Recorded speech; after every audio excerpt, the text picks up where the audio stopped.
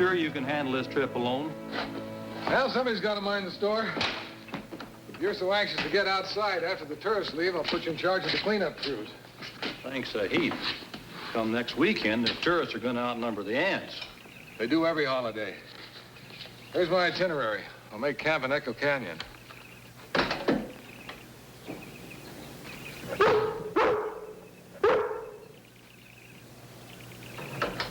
Come on, Lassie.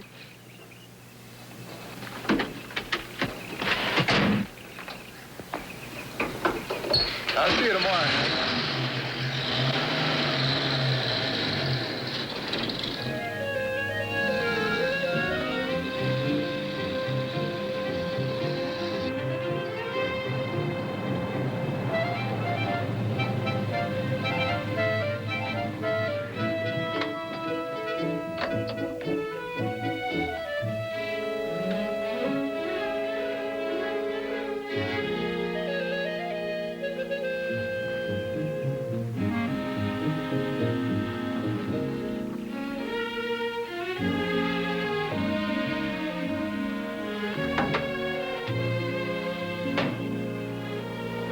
Come on, Lassie.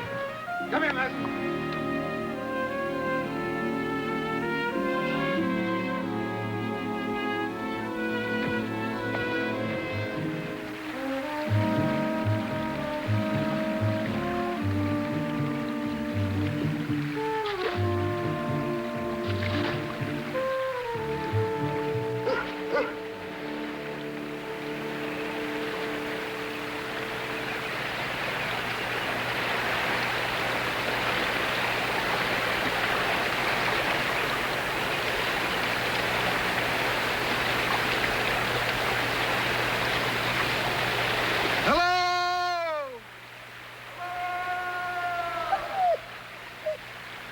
It's only an echo, girl. Lassie! Lassie!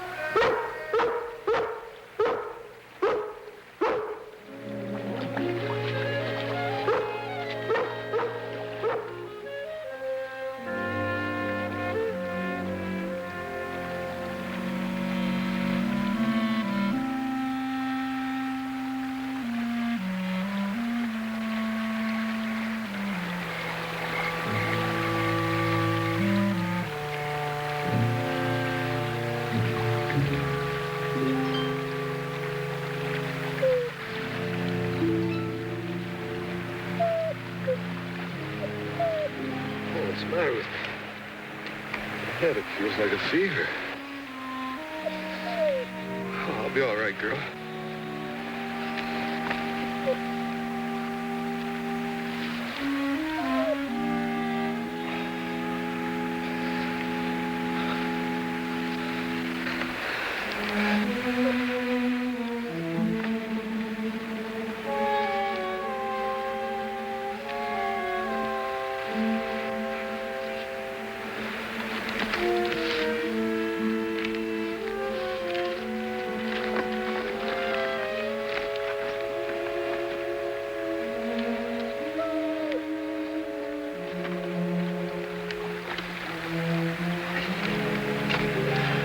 KMP 771, this is 50, over.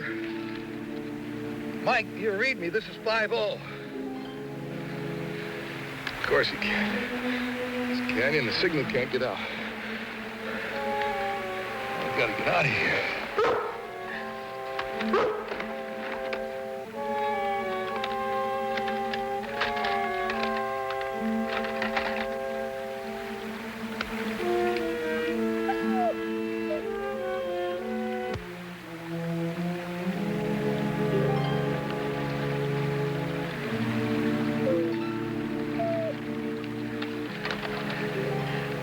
Transmitting, girl.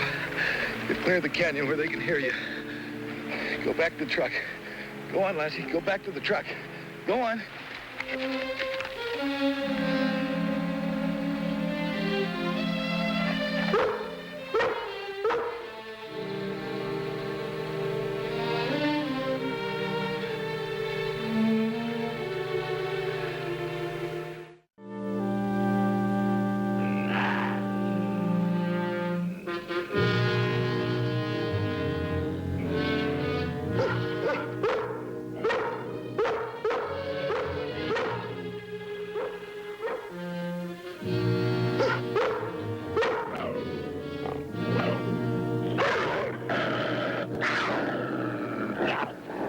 Cory, is that your dog?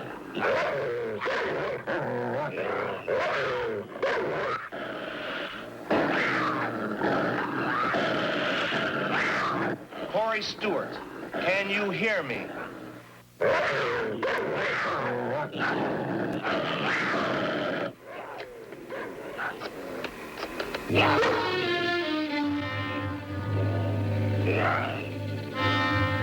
Hank, did Cory take his dog with him? Or is something wrong?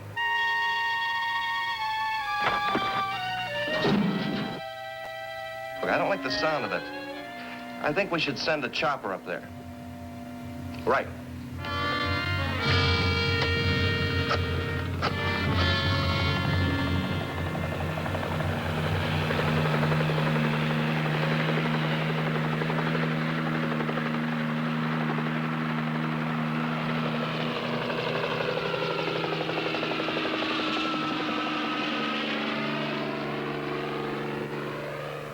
Atta girl, Lassie.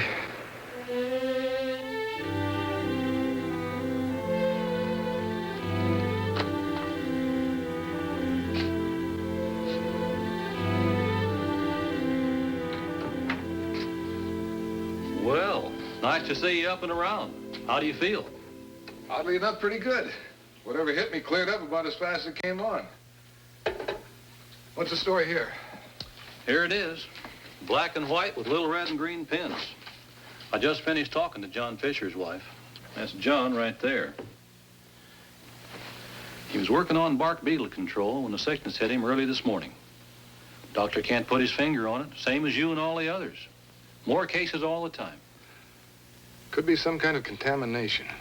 Did you drink any water up there? Out of my canteen, but I filled that before I left here.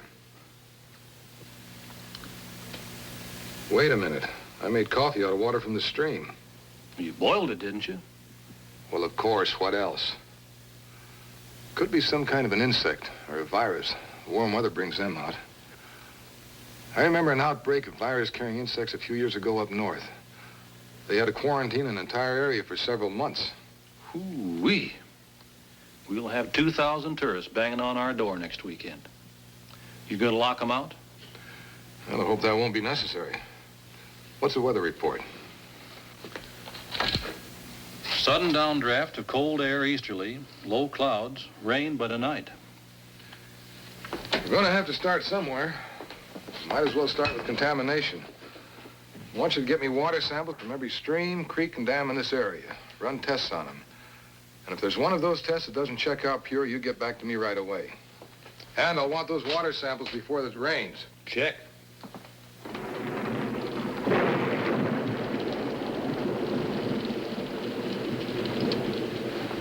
Cory, you could bottle and sell every water sample we've tested. There's not a hint of contamination. Take a look for yourself. You know, it's funny, there hasn't been a single case of the sickness reported in the past 2 days since the rain started. Maybe the rain washed the streams clear. And drove the little bugs underground. Well, that's what the county health officer thinks. We'll see what happens when this weather breaks. I'll take this with me. Thanks. Come on, Lassie.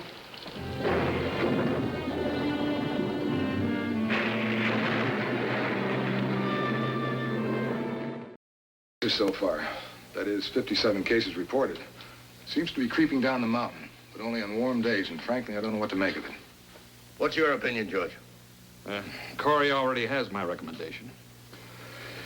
George thinks it's some kind of a virus-carrying insect. I'm almost certain.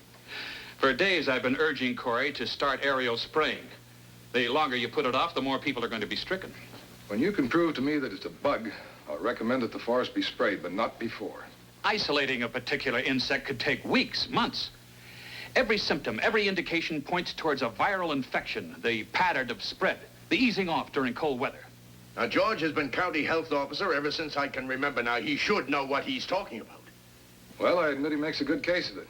And we've been sending him bug specimens to analyze as soon as we can trap them. But George looks at this as merely a health problem. I have the whole forest as my responsibility. You're also going to have 2,000 campers here within 48 hours. I was coming to that, gentlemen. Sit down, please. Fred, you know I've always been very cooperative with your town. And I know how your people depend on the seasonal tourist trade. Get to the point. I want you to know I've never had such a difficult decision to make in all my life. But until we lick this sickness, I'm quarantining the entire forest. Effective immediately, this area is off limits to campers, tourists, Boy Scouts, everybody. Do you have any idea what this will do to us? May only be temporary. Well, take George's advice and spray. You could clear it up before the weekend. Aerial spraying is a very complicated procedure, and I won't recommend it until it's proved to me beyond a reasonable doubt that it's necessary. There's nothing that will change your mind? Nothing. Come on, George. If it turns out you're right, he'll be the first one to apologize. If you're wrong, he'll do everything in his power to get your job away from you. I know it.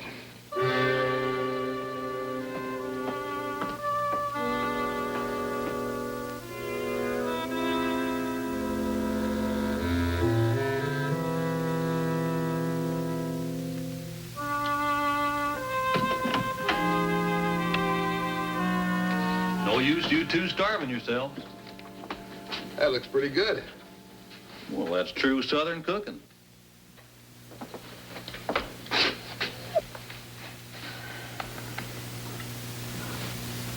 Why don't you knock off for tonight, Cory? It's getting late.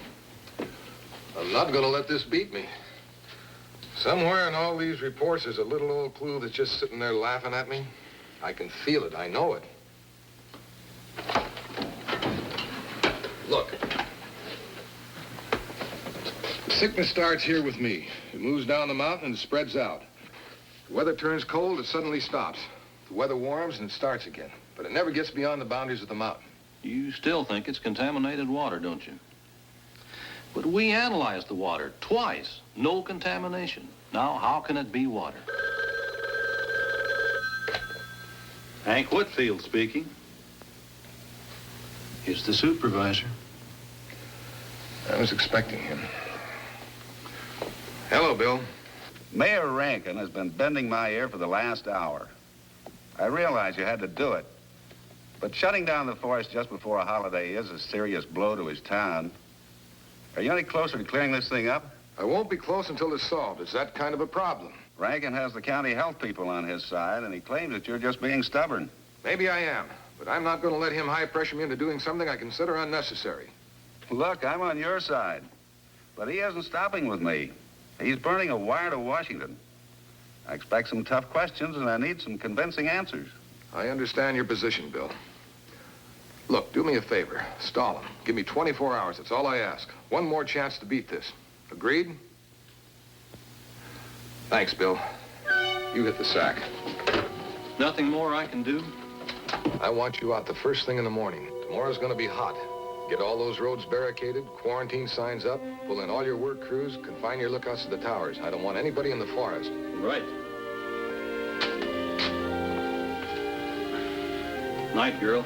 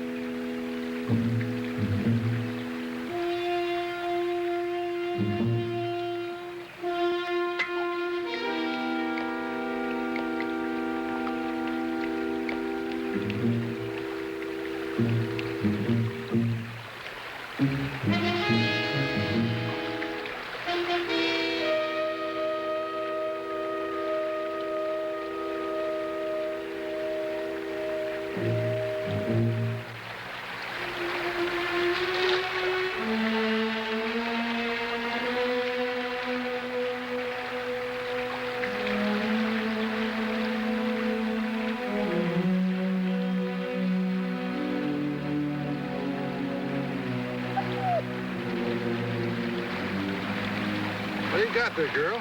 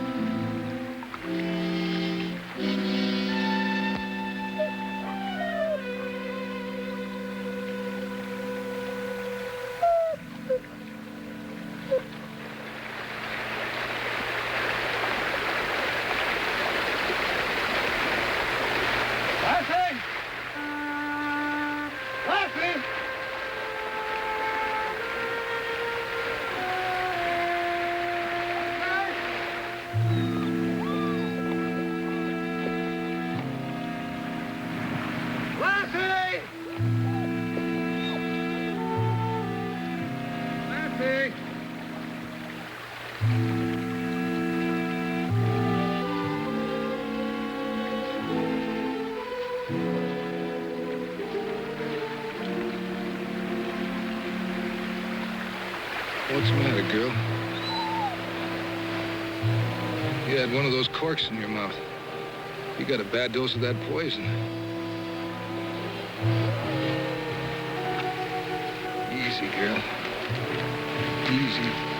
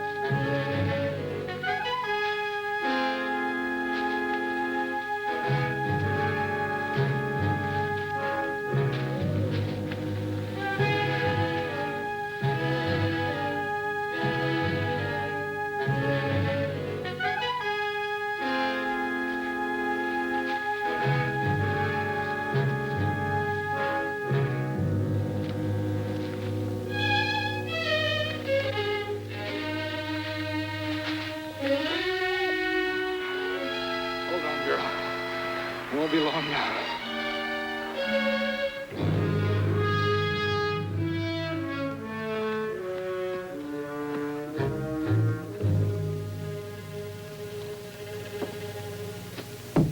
May I come in? Well, sure, Fred. Well, it seems I owe you a big fat apology. Want to put it there? Forget it. Not for a long time. I just got the report from George Evans, who was feeling a little silly himself. You and your dog must have had a pretty rough time of it. How is she? Lassie. She's okay, thank heavens. Did you find out how that poison got there? Oh, the stuff was supposed to be used up at the mine. Those containers fell off the truck that was delivering them last fall. Nobody reported it? Snow set in. The driver thought it was too dangerous to haul out in the winter. So they just lay there until the temperature rose sufficiently to expand the chemicals. The corks popped and poison flowed into the stream. But why didn't that show up when you tested the water? Well, by the time we tested, the temperature had dropped. The stream was flowing clear again. That's what had us fooled until Lassie found one of those corks.